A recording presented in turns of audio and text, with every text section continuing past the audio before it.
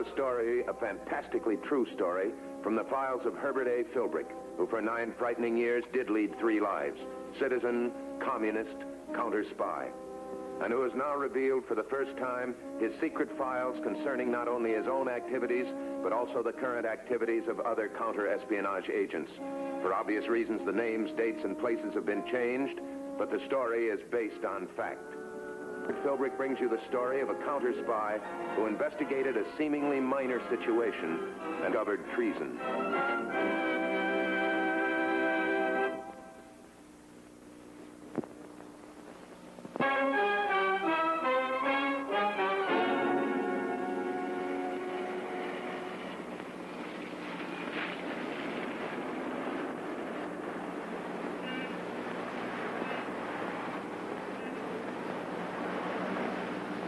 On the outside, an ordinary-looking bungalow. But behind the blinds on the first floor, a secret school where neophytes learn the ABCs of communism. You're the teacher, Philbrick. Call the class to order. Oh. Good afternoon, everybody. Today's entire session is going to be devoted to a test. Now, I know this comes as a surprise to you. You haven't had any chance to prepare. But then, as communists, we must be ready for emergency situations, mustn't we? The test will consist of these 10 true and false questions and a 5-page essay on the meaning of the Communist Manifesto today. Okay? Well, Comrade Zach. Let me see one of those. Comrade Zach. He's the district secretary. What's his interest in this class? Party bigwigs don't usually concern themselves with the training of new members. Maybe he's here to check on you, Philbrick. How many hours of instruction have these people had? Oh, they've had 5 sessions of 2 hours each. These are tough questions. Yeah, they'll separate the men from the boys, but they'll also tell us which ones of them are ready for the hard, cold philosophy of revolution. Good. Let me see your attendance records. Yeah. Perfect so far. No absences. Only 1 tardiness. Comrade Susan. Are all these people secret party members?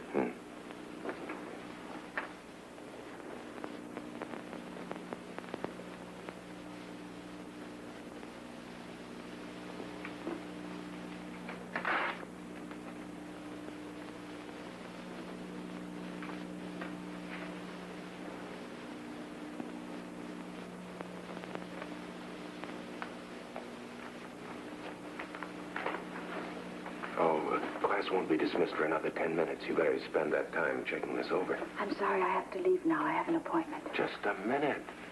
You've got a lot to learn about respecting party authority. You've got a lot to learn about using it. Resume your seat. We'll talk about this later. Let me see. Not bad. She can go. We'll check this over.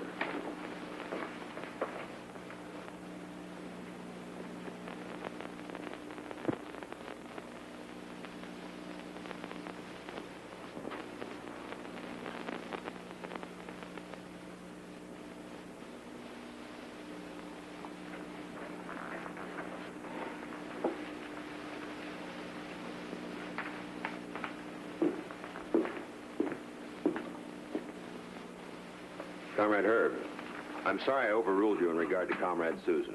She's a special case. You'll permit her to come and go as she pleases. Well, it makes classroom discipline a little difficult. As you told the class, a good communist knows how to deal with all sorts of emergencies. So Comrade Susan is a special case. Is there some secret party business involved here? Well, that's why the FBI wants you in the Communist Party, Philbrick, to find out their secrets. Her gloves. At least they'll give you an excuse to drop by and see her.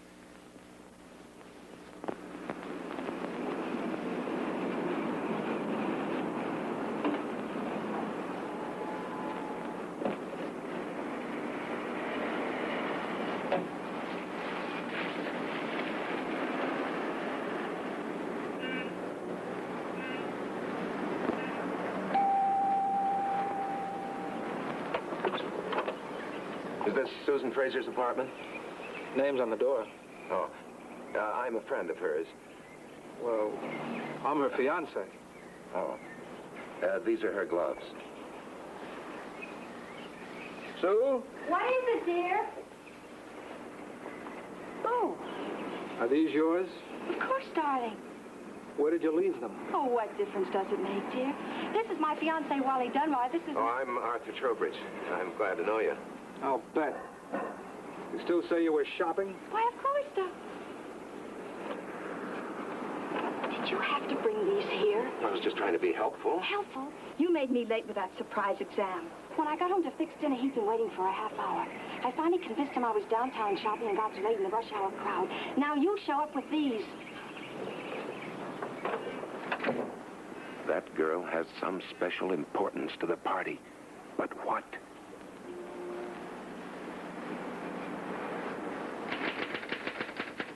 Mr. Jerry Dressler, Esquire Cleaners, City.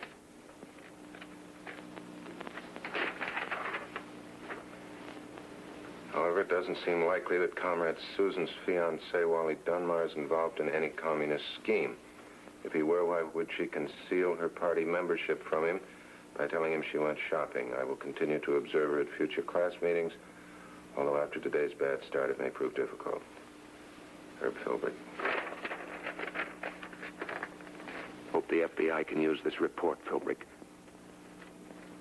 Perhaps the greatest inspiration to party members everywhere in the world is the life of Comrade Nikolai Lenin. That'll be the topic of discussion at our next meeting. Class is dismissed. Oh, please remember to leave the building singly and at suitable intervals. Comrade Herb. No? You give your students good advice. How come you don't follow it yourself? What do you mean? You began today's class by stating that party members must never act on their own. That's right. Every move we make must be planned by higher authority. Yet the other day, you acted without orders. When you brought those gloves to my house. I was just thinking of party security. I was afraid they might be traced to you. I didn't want to leave them here. You should have checked with me first. Now you'll have to help patch things up. Between my fiancé and me. You came at the worst possible moment. You made all the excuses I'd been giving him seem like lies. By returning your gloves? Never mind the details. The important thing is that Dunbar got suspicious and broke off their engagement. Because of me? He was in a bad mood to begin with. One word led to another and he left. You'll do whatever she thinks best to repair the damage. I'll work something out and contact you in the next day or so. And in the future, practice what you preach. Don't act without authority.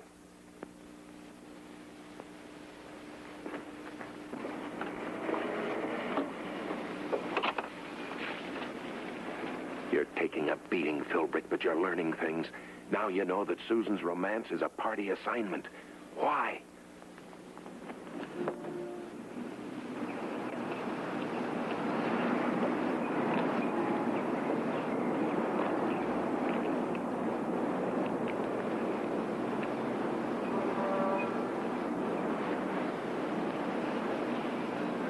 Hi, Jerry. Hello, Herb. I got your report on Susan. Have you learned anything else? I think the party's using Susan to recruit Wally Dunbar. Not recruit, Herb. We made a fast check on Dunbar. He's chief of research at Stratford Industrials. They're building guided missiles. Now it all checks, the whole thing. Yeah, but there's a lot more we have to know. For instance, is Dunbar knowingly helping her? He doesn't know she's a communist. Well, that's what she says. Well, after all, he broke off the engagement. Did he? Well, the FBI is making a thorough check on Dunbar through plant security. Gonna question him directly? Not until we know more. We don't want to scare him into cover. Well, you've done a good job on this, Herb. Now you can stay out of it. Unfortunately, I've been ordered to help Susan get Wally back. How? I don't know yet. She called me a while ago. I'm to meet her tomorrow morning at the West County Tennis Court for further instructions. Well, be careful what you do, Herb. Not only for the sake of your own skin, but for Dunbar's. If it turns out that he's not consciously working with the party, he's going to need protection. Yeah. I'll see you, Jerry. See you.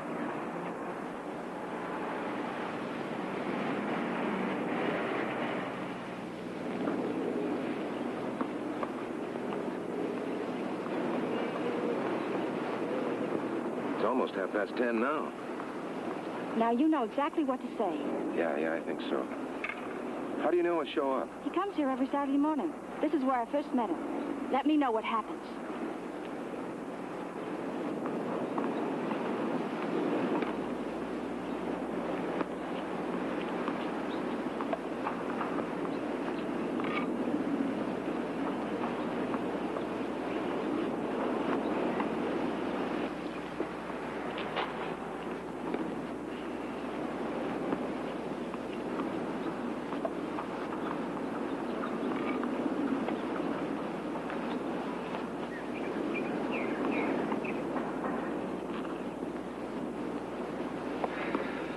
Mr. Dunmar, I don't know if you remember me. I'm Arthur Trowbridge.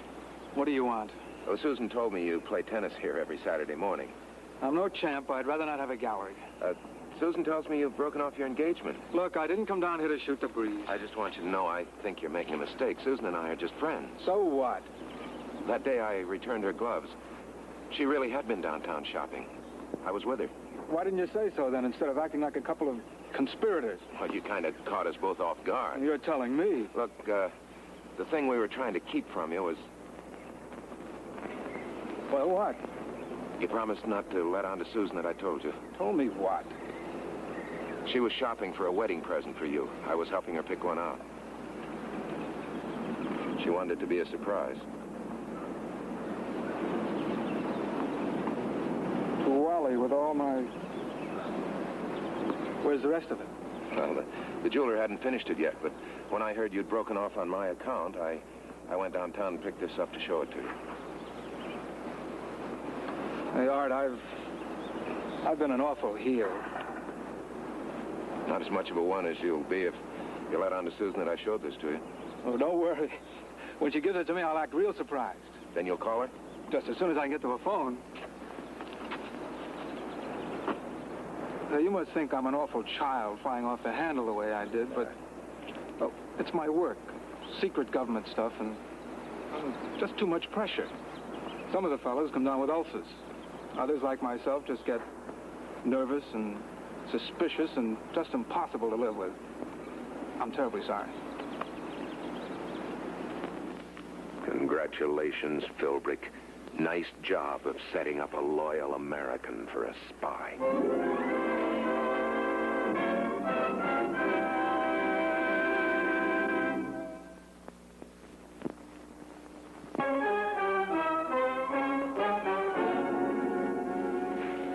Here she comes.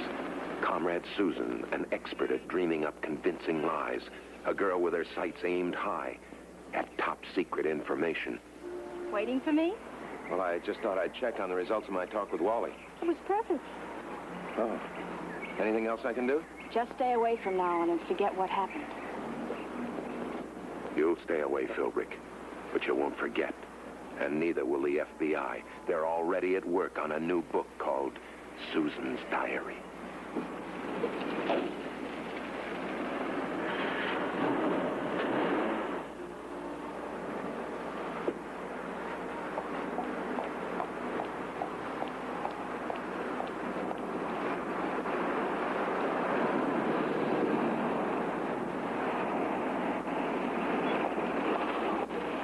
Good morning, darling.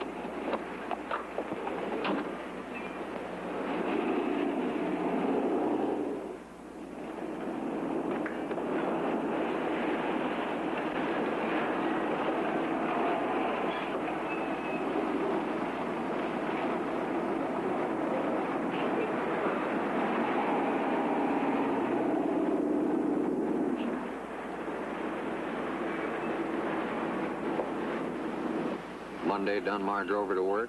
They lunched separately. She left her office at 4, took the bus to his neighborhood, bought groceries, let herself into his apartment with a key, and fixed dinner. He came home at 7. She left at 9 and went home. He went to bed at 9:30. On Tuesday, she left her office at 3, stopped off at her apartment. Yeah, and then attended my class. Left 20 minutes early. Was Comrade Zach there? Oh, yeah, he put in an appearance. He's keeping an eye on me. He's probably keeping an eye on Susan, too. Did she remember to take her gloves this time? Yeah. Well, on Wednesday... Now, relax, he's one of my men. Wednesday, the pattern was the same as Monday. Well, there seems to have been plenty of opportunity for him to pass along secret information. Yeah, but I don't think he's a spy. Plant security gives him a clean bill of health. He's been cleared by 4 security boards in the past 2 years. Well, maybe Susan just figures that she'll steal any notes or plans or anything of that sort that he leaves around the apartment. Yeah, she's usually there alone every night, 10 or 15 minutes fixing dinner. The big question is, how does she pass this information along to the party? Her only contact is my class. And it's not much of a contact. She just shows up, does her work, and goes her way. Doesn't talk to anybody, not even Comrade Zach. Herb, today Dunmar started the most important phase of his project. Plant security thinks that this is what the communists are after. We can't just sit by and watch. We've got to make a move. Any but the most routine sort of check will alert the party. Our investigation will seem routine. Don't worry about that. When's your next class? This afternoon. Well, she usually stops around her apartment before she goes to class. She should be at her apartment about 3:30. Let's check back here before you go to class. All right.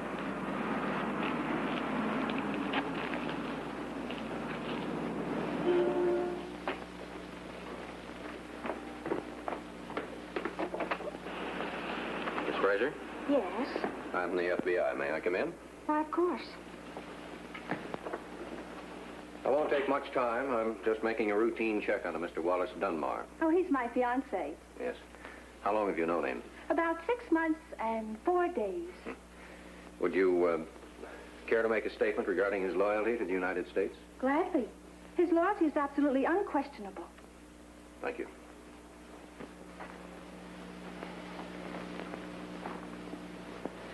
What's the nature of his work? He tells me he's a scientific researcher. Don't you believe him? He never discusses his work with me. I hope I haven't made you suspicious of him. No, not at all. You mind if I inspect this? Why? Has something been stolen? No, just a routine spot checkup. You don't have to submit to it if you don't want to. Oh, I don't mind. Go ahead. Thank you.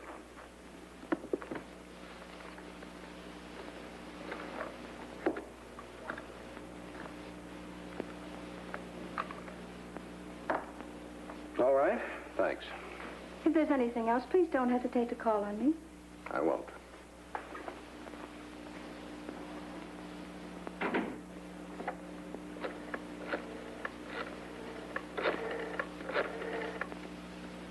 Hello, Zach? Susan. The FBI was just here checking on Wally. No, they didn't find a thing. Of course I have it. No, it was strictly just a routine checkup. Right.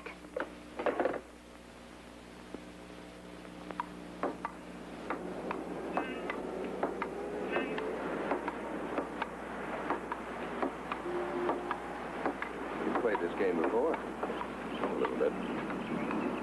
We talked with Susan, Herb, checked the contents of her purse. Find anything? No, she was very smooth. I have a notion she's operating right under our noses. Watch her in class. If she passes anything to one of the other students, signal me with the Venetian blinds. I'll be right across the street. Nice shot. Oh. Good afternoon. We all here? Let's get started.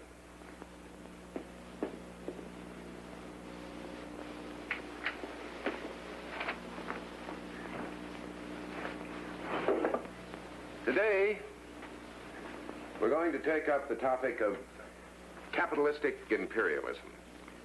Comrade Susan, I wonder if you'd tell the class, what is your concept of capitalistic imperialism? Basically, capitalistic imperialism is a plot of big business and vested interests to gain total economic control of the world. Yes. Yes, that comes pretty close to a definition. Now, one of the most vicious of the tactics of the capitalistic imperialists is condoning democracy and seeming to condone a high standard of living for the workers. This tends to lull the workers into a sense of security under capitalism, and they ignore the dangerous activities of the private ownership groups. What the workers fail to realize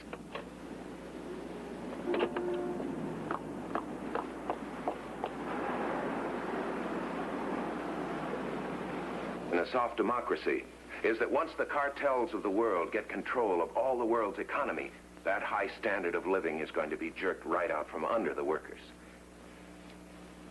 Well, I guess that's all for today. Class is dismissed.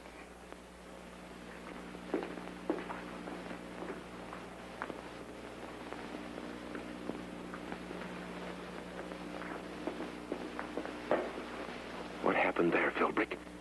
Did Susan take her own purse? Better signal Dressler.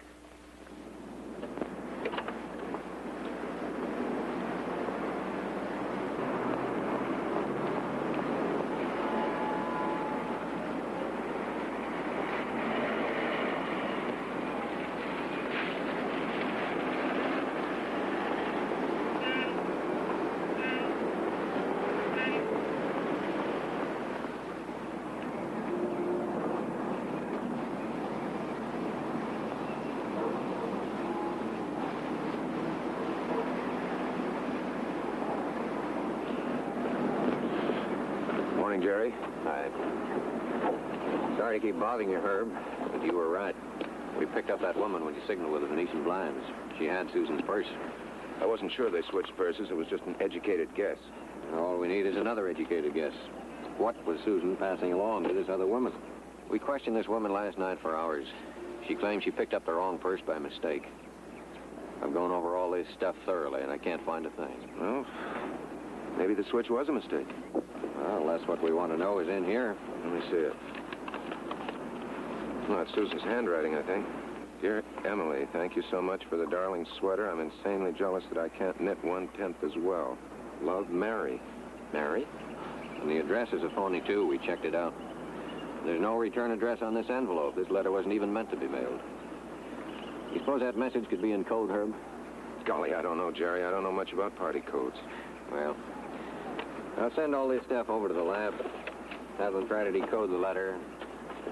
Check it for invisible writing and whatever else is necessary. All right. In the meantime, I'll keep my eyes open. I'll check into this party code business, but it's risky. Hey, wait a minute. I think I found something here. What?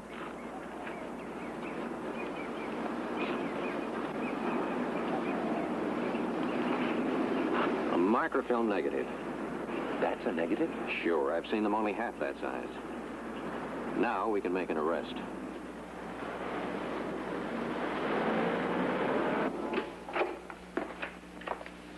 Wally! Wally, I didn't think I'd be able to see you. I've been here all night. I learned a great deal about you. Wally, you don't believe those awful things they've accused me of? They had me identify a microfilm of the sketch I threw into my wastepaper basket. You're the only person that had access to that sketch. The only one. I'm happy to say it was nothing important. So it was all a phony. Our meeting, our engagement. Don't feel so sorry for yourself. You're not the first guy that got played for a sucker. Thanks. Thanks for what? For talking the way you did. For being yourself. It's just the way I want to remember you. This way, Miss Fraser.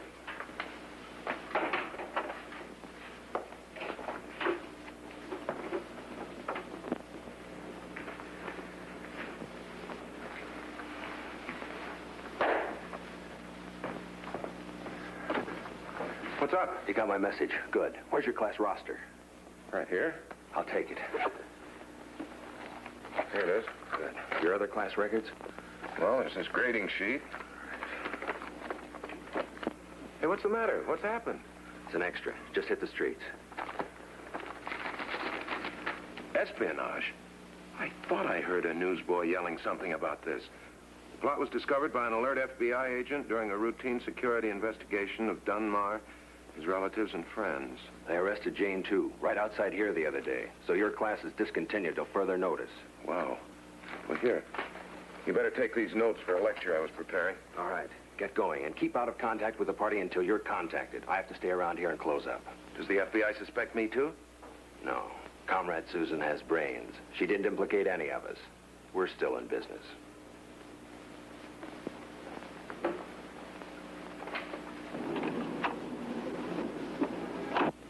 Yes, still in business. But not for long, Comrade Zack. The FBI has your number. They'll catch up with you, too, one of these days. One of these days, real soon.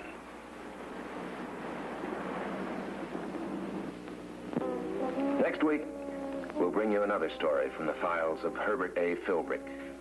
The kind of story that could only be told by a man who for 9 fantastic years served as a counter spy for the Federal Bureau of Investigation.